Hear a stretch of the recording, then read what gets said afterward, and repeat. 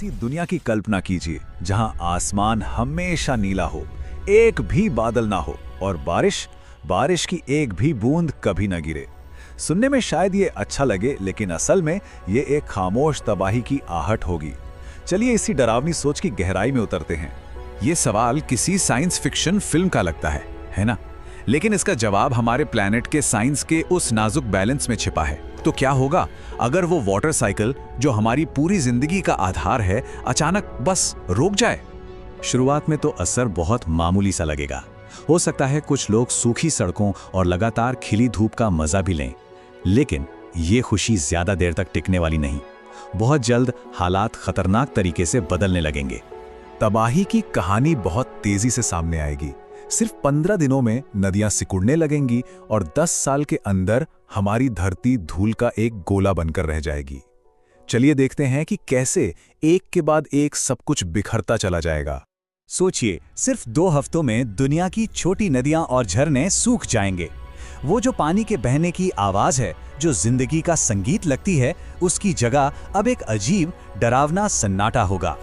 पानी की कमी का ये पहला और सबसे साफ इशारा होगा।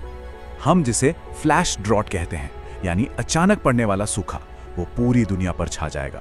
ये वो वाला सूखा नहीं है जो धीरे धीरे महीनों में आता है। नहीं, ये तो बस कुछ हफ्तों में ही जमीन की सारी नमी खींच लेगा, जिससे खेती और कुदरत पर भयानक दबाव पड़ेगा। अब कुछ महीने आगे बढ़ते हैं और ये जो संकट था, अब एक ग्लोबल तबाही बन चुका है।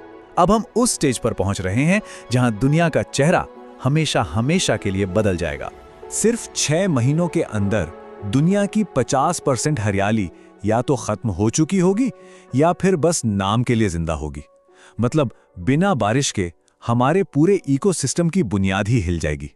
और पहले साल के खत्म होते होते दुनिया के जंगलों का एक ऐसा हिस्सा जिसे सुनकर यकीन करना मुश्किल है, लगभग 80% या तो जलकर राख हो जाएगा या सूख कर खत्म।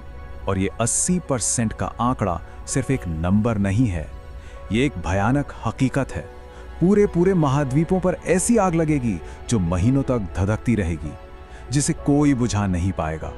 इन आग के तूफानों से आसमान में हमेशा के लिए धुएं और राख की एक मोटी परत जम जाएगी। एक क्लाइमेटोलॉजिस्ट ने इस मंजर को कुछ यूं बयां किया है: आसमान अब नीला नहीं रहेगा, ये धूल और राख की कभी न खत्म होने वाली धुंध में बदल जाएगा। मतलब सूरज की रोशनी जमीन तक पहुंच ही नहीं पाएगी और दिन में भी शाम जैसा धुंधला अंधेरा छाया रहेगा। अब जरा समय में और आगे चलते हैं और देखते हैं एक ऐसे ग्रह को जिसे पहचानना भी मुश्किल है। यह हमारी ही पृथ्वी है, लेकिन अब वैसी नहीं रही जिसे हम जानते थे। यहाँ पे अपने प्लैनेट का एक सीधा सा कंपैरिजन है। एक तरफ है हमारा ब्लू मार्बल, हमारा नीला ग्रह, सागरों, बादलों और हरे भरे महाद्वीपों वाला, और दूसरी तरफ है ब्राउन मार्बल, सिकुड़े हुए समंदर, धूल के बड़े बड़े बादल और सूखी बंजर जमीन। तो क्या इंसान बच पाएगा? जवाब है शायद हाँ, लेकिन जिंदगी वैसी बिल्कुल नहीं होगी। जो थोड़े बहुत लोग बचेंगे वो समुद्र के किनारों या ध्रुवों की तरफ भागेंगे। जमीन के नीचे रहना एक आम बात हो जाएगी और जिंदा रहने के लिए सबसे जरूरी होगी वाटर रिसाइकलिंग टेक्नोलॉजी। पूरा का पूरा समाज ही पानी बचाने के उसूलों पर चले। जिंदा रहने का बस एक ही तरीका होगा। पहला कदम, जमीन के नीचे चले जाओ, सतह की जानलेवा गर्मी और धूल के तूफानों से बचने के लिए। दूसरा, पानी को रिसाइकल करने में माहिर बन जाओ। हर एक बूंद कीमती है, उसे दोबारा इस्तेमाल करना ही होगा। और तीसरा, ऊपर की दुनिया को हमेशा के लिए भूल जाओ, क्योंकि वो अब रहने लायक बची ही नहीं है। तो इस पूरी डरावनी कहानी से हम सीखते क्या हैं? ये सिर्फ एक ख्याली पुलाव नहीं है, इसके पीछे एक बहुत गहरी सच्चाई छुपी है।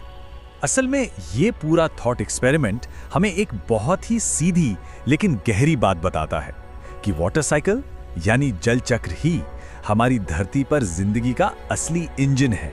अगर ये रुक गया तो सब कुछ रुक जाएगा। देखिए, बारिश का काम सिर्फ पौधों को पानी देना नहीं है, वो इससे कहीं ज्यादा करती है। वो जमीन को खेती के लिए तैयार करती है, पोषक तत्व फैलाकर। वो हवा में फैले प्रदूषण और धूल को साफ करती है, और वो हमारे प्लैनेट को ठंडा रखकर तापमान को भी कंट्रोल करती है। ये वो सारे काम हैं जिन पर हमारा ध्यान कभी जाता ही नहीं, है ना? और ये सब हमें आखिर में एक बहुत जरूरी सवाल पर लाके खड़ा कर देता है। पानी की एक बूंद की असली कीमत क्या है? शायद इसकी कीमत हमें तब तक समझ नहीं आएगी जब तक वो आखिरी बूंद भी सूख ना जाए।